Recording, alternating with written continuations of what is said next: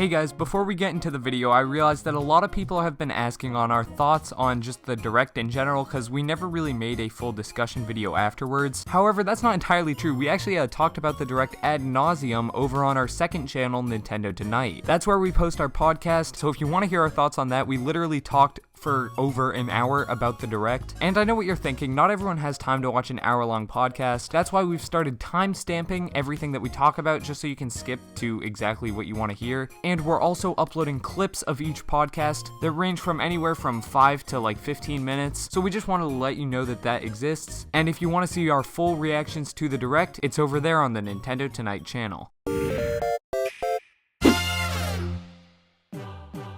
Hey guys, Thomas here, and I want to have kind of a more sit-down discussion style video today about specifically the reaction I've seen on the internet of people saying that, this new Super Mario 3D All-Stars is not worth it. Now, just saying that alone obviously isn't bad at all. People have the right to decide what they want to buy and what they don't want to buy, and, obviously they can vote with their dollar on what they think is right. However, the problem I have is when people try and sway other people to their side. For example, if you really think that these 3D All-Star packs are just horrible and just a terrible consumer practice by Nintendo, that's fine, and you can say as such, but when you make fun of other people for trying to just buy something that they enjoy, that's where it kind of steps over the line and goes a bit too far. So today in this video, I want to talk about why I do think that these 3D All-Star packs are actually worth it. First, I'll talk about that from just a purely monetary standpoint, why I think it is a good investment, and then I want to talk about how even if, maybe these weren't as good of an investment, how these games are still a quality purchase if it's something you're excited for, and why you should never let anyone else take away that excitement. Well, first of all, I wanted to talk about the 3 games that are included in this All-Star pack. Obviously, you all already know that it's Super Mario 64, Galaxy, and Sunshine. On Metacritic, Super Mario Galaxy is currently sitting at a 97 out of 100. It is currently the 6th best rated game of all time. Super Mario 64 is not too far behind at a 94, and Sunshine is only a couple points behind that at a 92. Essentially, in summary, these are some of the greatest games of all time. Not only that, but this is the first official way to play some of them portably. On top of that, games such as Super Mario Sunshine have had updated aspect ratios, all of them have increased resolution, leading many to believe that these will be the best versions of these games. And while yeah, they are older games that obviously have already come out, they are still very expensive titles. A digital copy of Super Mario Galaxy still goes for $20, and physical copies can be upwards of $40.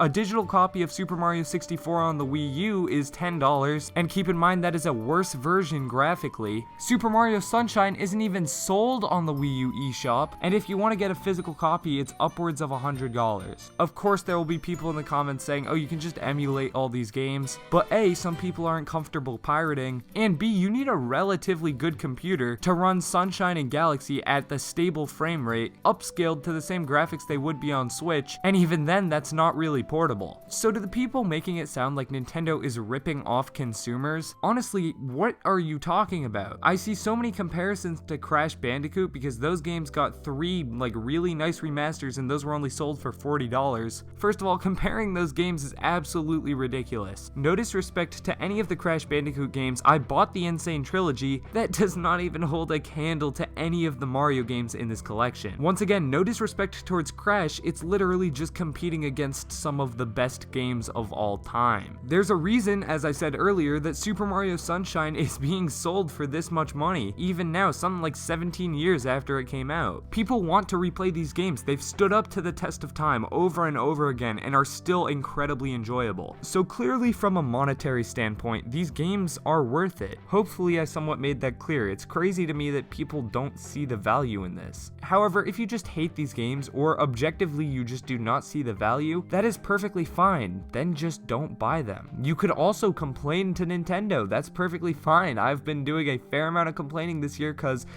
before this, Nintendo had pretty much nothing. That's all fine and good, and I'll never try and stop people from exercising their free speech. However, the one place where I draw the line and what I seriously have a problem with is seeing all these people on Twitter just absolutely crapping on people for buying these games. And the problem is there are a lot of people out there, I used to be one of them, who let their opinions get get swayed by just what they read online. Obviously, reviews are good and all, but if there's a game that gets terrible reviews, but I know for a fact that despite those terrible reviews, I will love the game, I'm never gonna let the reviews stop me from buying it. It should be the same thing in this scenario. If you have an incredible nostalgic connection to Super Mario 64, or Sunshine, or Galaxy, don't let anyone on like Twitter or something make you feel bad for purchasing it. That just makes no sense. In the same way that everyone should be allowed to, voice their displeasure with Nintendo whenever something's not going the way they want, everyone should be allowed to like what they like and buy what they want to buy without the overwhelming hate mob always saying, oh, you're just a fanboy of the company and you'll buy every product they put out. That mentality is honestly just the dumbest thing I've ever heard. Just let everyone have a good time. I mean, like, it's literally just Mario video games. In the grand scheme of things, it doesn't matter too much.